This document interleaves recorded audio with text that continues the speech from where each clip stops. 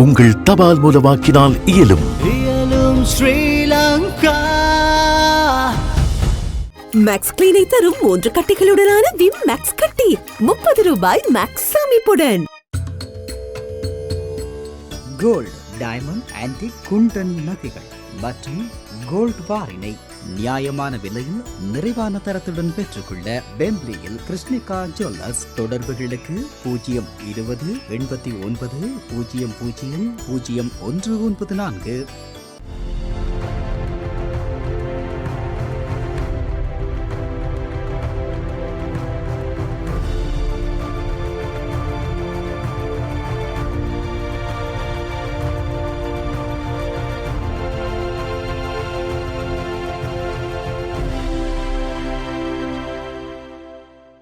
வணக்கம். இது ஐபிசி தமிழின் செய்தி வீச்சு. இன்றைய செய்தி வீச்சிலும் இலங்கை மற்றும் உலக நிலவரங்கள் காத்திருக்கின்றன.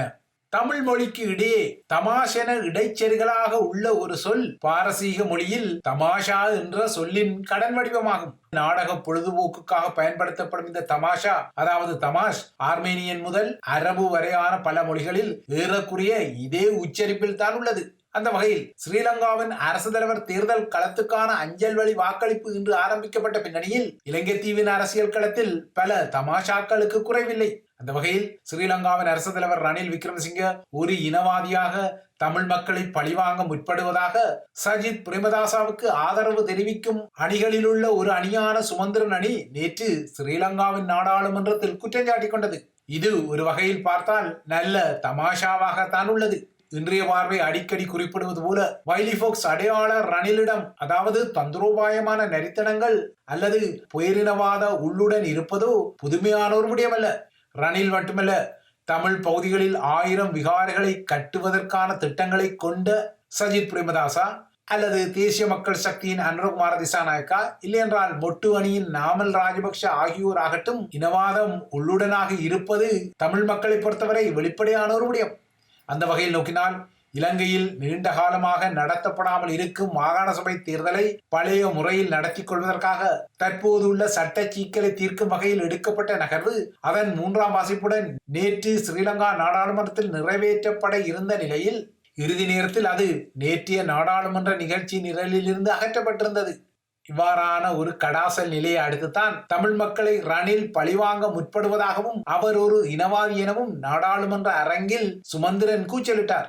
இந்த பிரேரணையை நாடாளுமன்றத்தில் நிறைவேற்ற ரணில் ஏற்கனவே தன்னுடன் இணக்கம் தெரிவித்ததாகவும், ஆயினும் தமிழரசு கட்சி சஜித் பிரேமதாசவை ஆதரிப்பதான ஒரு நிலைப்பாட்டை எடுத்ததை அடுத்து ரணில் பழிவாங்கும் வகையில் செயற்படுவதாகவும் சுமோ குற்றம் சுமத்தினார். அத்துடன் இன்று இடம்பெறும் அமர்விலேனும் இந்த பிரேரணையை நிறைவேற்றும் வகையில் நாடாளுமன்றத்தில் நிகழ்ச்சி நிரல் உள்வாங்கப்படாவிட்டால் தமிழ் மக்கள் முன்பாகவும் நாட்டு மக்கள் முன்பாகவும் ரணில் இனவாதியாக காட்டப்படுவார் எனவும் சுமந்திரனின் எச்சரிக்கை வந்தது. ரணில் விக்ரமசிங்கவிடம் உள்ளுடனாக உள்ள இனவாதம் குறித்து தமிழ் சாமானியர்கள் கொண்டுள்ள சிந்தனைக்கும் சுமந்திரன் சொல்லும் இனவாதத்துக்கும் வித்தியாசங்கள் இருக்கின்றது. சுமந்திரனை பொறுத்தவரை தமது சஜித் ஆதரவு நிலையை வலுப்படுத்திக் கொள்வதற்காக இவ்வாறு அவர் ரணில் மீதான தாக்குதலை தொடுக்கக்கூடும். எனினும் இதே சுமந்திரன் கடந்த சில நாட்களுக்கு முன்னர் யாழ்ப்பாணத்துக்கு சென்று யாழ் பல்கலைக்கழக மருத்துவ பீடத்தின் கட்டிட தொகுதியை திறந்து வைத்த போது அவருக்கு அருகில் இருந்து அந்த மேடையில் ஆச்சரியகரமாக ஒலிவாங்கிய பிடித்து ரணில் பிரதமராக பதவி வகித்த காலமெல்லாம் வடக்கு கிழக்கின் அபிவிருத்திக்காக அவர் அர்ப்பணிப்புடன் செயற்பட்டதாக சொல்லிக் கொண்டார்.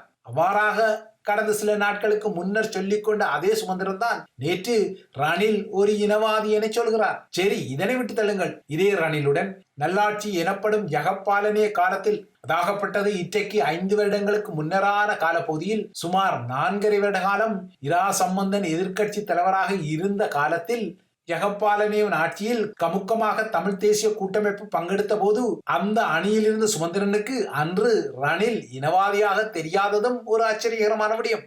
சரி, இந்த சந்தர்ப்பத்தையும் விட்டு தள்ளினால் இன்றைக்கு சில வருடங்களுக்கு முன்னர் ஐக்கிய தேசிய கட்சி தனது மேதின நிகழ்வுகளை யாழ்ப்பாணத்தில் தமிழ் தேசிய கூட்டமைப்புடன் இணைந்து நடத்திய போது கைலாச பிள்ளையார் கோயிலடியில் மேடை போட்டு இந்த நிகழ்வுகள் இடம்பெற்ற போது கூட்டமைப்பின் தலைவர் இரா சம்பந்தனின் கரங்களில் இதே ரணில் தான் ஸ்ரீலங்காவின் தேசிய கொடியை கொடுத்து அவரது கைகளுடன் தனது கரங்களை இணைத்து அதனை உயர்த்தி பிடித்து அசைத்து காட்டினார்.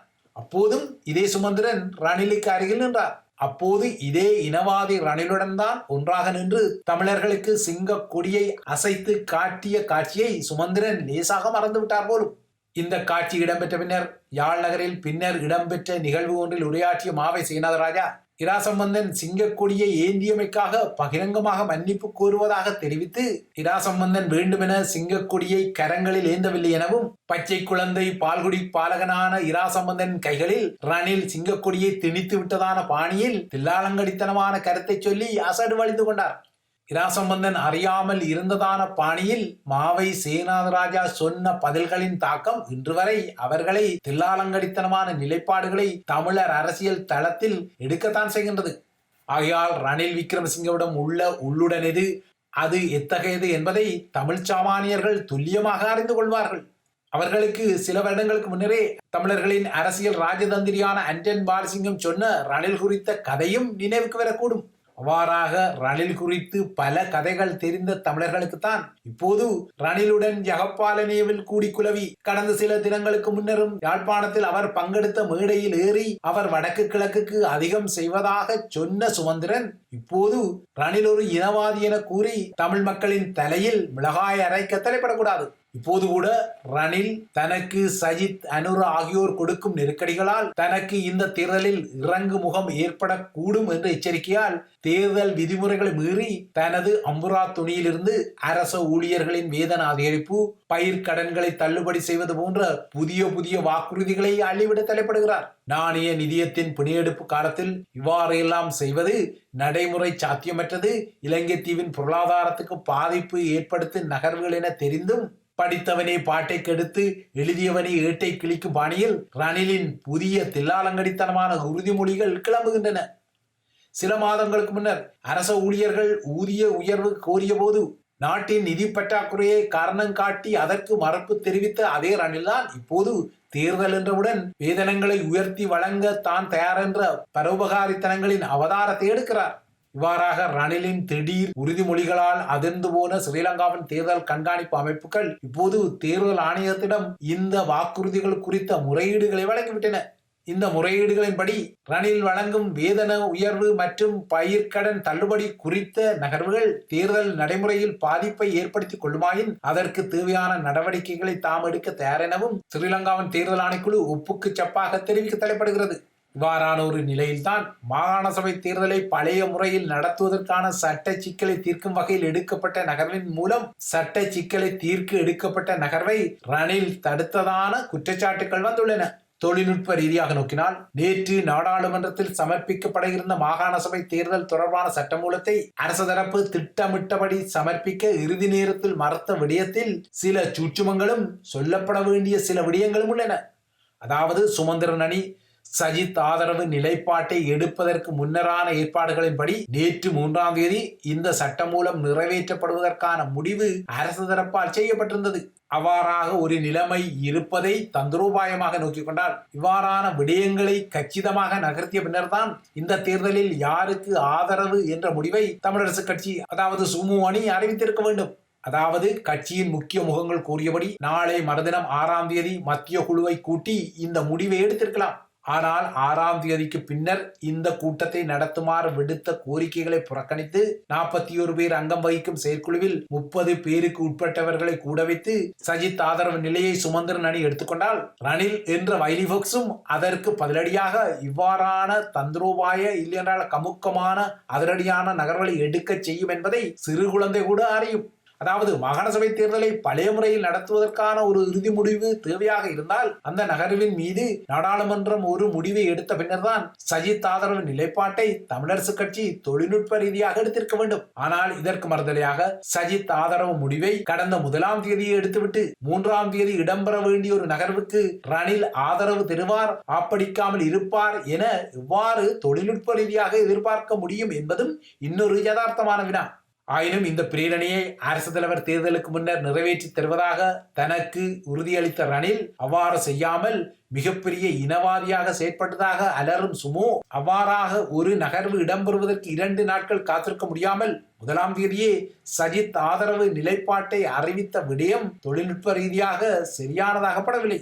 தமது நகர்வு ஊடாக ரணிலும் இவ்வாறு ஒரு பதிலான நகர்வை எடுத்தால் இருகூடுகள் தத்துவம் போல பொது வேட்பாளர் அரியநேத்திரனுக்கு ஆதரவு அளிக்காமல் சஜித்துக்கு ஆதரவளித்த தமது நிலைப்பாடு குறித்த விமர்சனங்களை திசை திருப்பி அதனை ரணிலை இனவாதியாக காட்டும் ஒரு திசை திருப்பல் யுக்தியாக காட்டலாம் என சுமந்திரன் அணி நினைத்திருக்க கூடும். ஆக மொத்தம் புன் முறுவலுடன் உலாவரும் ரணில் என்ற அரசியல்வாதியிடம் உள்ள உள்ளுடன் குறித்து சாமானிய தமிழர்களுக்கு பல வருட காலத்துக்கு முன்னரே துல்லியமான விடயங்கள் தெரியவரும் நிலையில் தற்போது ரணிலை இனவாதியாக காட்டும் அவரது குரல் அவரது சமகால அரசியலின் ஒரு குரலாகவே நோக்கப்படும் என்பதும் யதார்த்தமானது.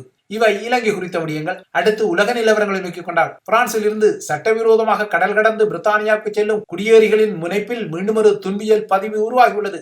பிரெஞ்சு கரையிலிருந்து ஆங்கில கால்வாயை கடக்கும் வகையில் பயணித்த படகு ஒன்று மூழ்கியதில் 6 சிறார்கள் மற்றும் ஒரு கர்ப்பிணி பெண் உட்பட 12 பேர் பலியாகியுள்ளனர். பலியான குழந்தைகளில் பெரும்பாலான குழந்தைகள் பெண் குழந்தைகளாகும். இந்த படகு மூழ்கிய பின்னர் 50க்கும் மேற்பட்டோர் உயிருடன் மீட்கப்பட்டதாக குறிப்பிடும் பிரெஞ்சு கடலோர காவல்படை மீட்கப்பட்டவர்களில் 2 ஆபத்தான நிலையில் இருப்பதாகவும் அறிவித்துள்ளது. படகில் அதிக பாரம் ஏற்றப்பட்டதால் அதன் அடிப்பகுதி பிளவடைந்து அது கடலில் மூழ்கியதாக தெரிகின்றது. மரணித்தவர்கள் மற்றும் மீட்கப்பட்டவர்களில் அநேகமானவர்கள் எரித்தியர்கள் என தெரிகிறது. இந்த சம்பவம் குறித்து கவலை தெரிவித்த பிரித்தானிய உள்துறை அமைச்சர் ஜோர்ட் கூப்பர் இந்த சம்பவத்தை திகிலான மற்றும் ஆழ்ந்த சோகம் என விவரித்தார். குடியேறிகளை இவ்வாறான ஆபத்தான பயணங்களை மேற்கொள்ள தூண்டும் கடத்தல் கும்பல்களை அகற்றுவதற்கும் பிரித்தானியாவின் எல்லை பாதுகாப்பை பலப்படுத்துவதற்கும் பிரித்தானியாவின் முயற்சிகள் இன்னும் வலுப்படுத்தப்பட வேண்டும் என்பதை இந்த துன்பியல் சம்பவம் எடுத்துக்காட்டுவதாகவும் பிரித்தானிய உள்துறை அமைச்சர் குறிப்பிட்டுள்ளார். அடுத்து உக்ரைனிய ரஷ்ய நிலவரங்களை நோக்கிக் கொண்டார். உக்ரைனில் உள்ள ராணுவ கல்லூரி ஒன்றின் மீது ரஷ்யா நேற்று நடத்திய ஏவுகணை தாக்குதலில் 51 பேர் கொல்லப்பட்டு 270 பேருக்கு மேல் காயமடைந்துள்ளனர். உக்ரைன் மீது ரஷ்யா மேற்கொண்ட படையெடுப்பின் பின்னர் இடம்பெற்ற மிக மோசமான தாக்குதல்களில் ஒன்றாக இந்த தாக்குதலும் பதிவாகியுள்ளது. இந்த தாக்குதலில் கொல்லப்பட்டவர்களில் பலர் படையினர் என்பதை உக்ரைன் தற்போது உறுதிப்படுத்தியுள்ளது. ரஷ்யா ஏவுகணைகளை ஏவிய போது அது குறித்த முன்னெச்சரிக்கை அபாய சங்குகள் சற்று தாமதமாக ஒலித்ததால் கட்டிடத்தில் இருந்தவர்கள் பாதுகாப்பான இடங்களுக்கு நுழைவதற்கு முன்னரே ரஷ்ய ஏவுகணைகள் அங்கு வீழ்ந்து வெடித்ததாக குறிப்பிடப்பட்டுள்ளது. இந்த தாக்குதல் குறித்து இதுவரை ரஷ்யா எந்த கருத்தையும் அதிகாரபூர்வமாக தெரிவிக்கவில்லை என்றாலும் ரஷ்ய ராணுவ பதிவாளர்கள் பொல்டாவா பகுதியில் உள்ள ராணுவ கல்லூரியை ரஷ்யா தாக்கியதாக தெரிவித்துள்ளனர். இந்த நிலையில் அனைத்துலக குற்றவியல் நீதிமன்றத்தால் அதாவது ICCயால் போர்க்குற்றங்களுக்காக அனைத்துலக கைது ஆணை பிறப்பிக்கப்பட்ட ரஷ்ய அரசு தலைவர் விளாடிமிர் புட்டின் அனைத்துலக குற்றவியல் நீதிமன்றத்தின் உறுப்பு நாடு ஒன்றுக்கு முதன்முறையாக பாதுகாப்பாக பயணம் செய்து திரும்பியுள்ளார். மங்கோலியாவுக்கு புட்டின் பயணப்படும் நிலையில் அங்கு வைத்து அவர் கைது செய்யப்பட்டு ஹேக்கில் உள்ள அனைத்துலக குற்றவியல் நீதிமன்றத்திடம் பாரப்படுத்தப்பட வேண்டும் என மேற்குலக நாடுகளும் விடுத்த கோரிக்கையை புறந்தள்ளிய மங்கோலியா விளாடிமிர் புட்டினுக்கு செங்கம்பள வரவேற்பை வழங்கி வரவேற்பை அளித்து இந்த பயணத்தை முன்னகர்த்தியுள்ளது.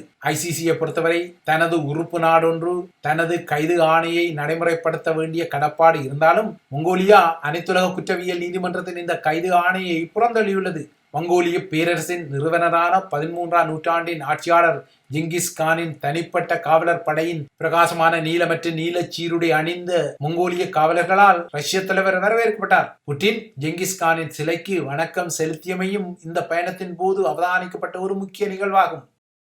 இறுதியாக பிரான்சின் அரசியல் நிலவரங்களை நோக்கிக் கொண்டால் பிரான்சில் பிரதமர் கேப்ரியல் அட்டாரில் அரசாங்கம் பதவி விலகி இன்றுடன் 50 நாட்களாக நிலையில் இன்னும் நாட்டுக்கு புதிய பிரதமர் ஒருவரை நியமிக்க முடியாமல் அரச தலைவர் இமானுவேல் மேக்ரன் திணறிக் கொள்கிறார். நேற்றும் அரசியல் கட்சிகளுடன் மீண்டும் விவாதங்களை மேக்ரன் நடத்தி கொண்டாலும் புதிய அரசாங்கம் ஒன்று இதுவரை நியமிக்கப்படாத நிலைமை அரசியல் கட்சிகளை எரிச்சலடைய வைத்துள்ளது. புதிய அரசாங்கம் ஒன்றையும் புதிய பிரதமர் ஒன்றையும் நியமிக்கும் வகையிலான மேக்ரனின் பேச்சுக்கள் கடந்த மாதம் 23ஆம் தேதி முதல் மீண்டும் நடத்தப்பட்டு வந்தாலும் இந்த பேச்சுக்களில் இறுதி முடிவு எதுவும் எடுக்கப்படவில்லை. இப்போதைய நிலையில் பெர்னார்ட் கெஸ்னியூ மற்றும் சேவியர் பெத்ரான் ஆகியோரே மேக்ரனின் பிரதமர் தெரிவுக்கான வேட்பாளராக இருந்தாலும் இந்த இருவரில் யாரை இறுதியாக தெரிவு செய்வது என்பதில் மேக்ரன் இன்னும் முடிவு எடுக்காதமை பிரான்சில் அரசியல் நிலவரங்களை மேலும் கொதிநிலைப்படுத்தியுள்ளது. இவைதான் IBC தமிழின் செய்தி வீச்சு. தொடர்ந்தும் IBC தமிழுடன் இணைந்திருங்கள்.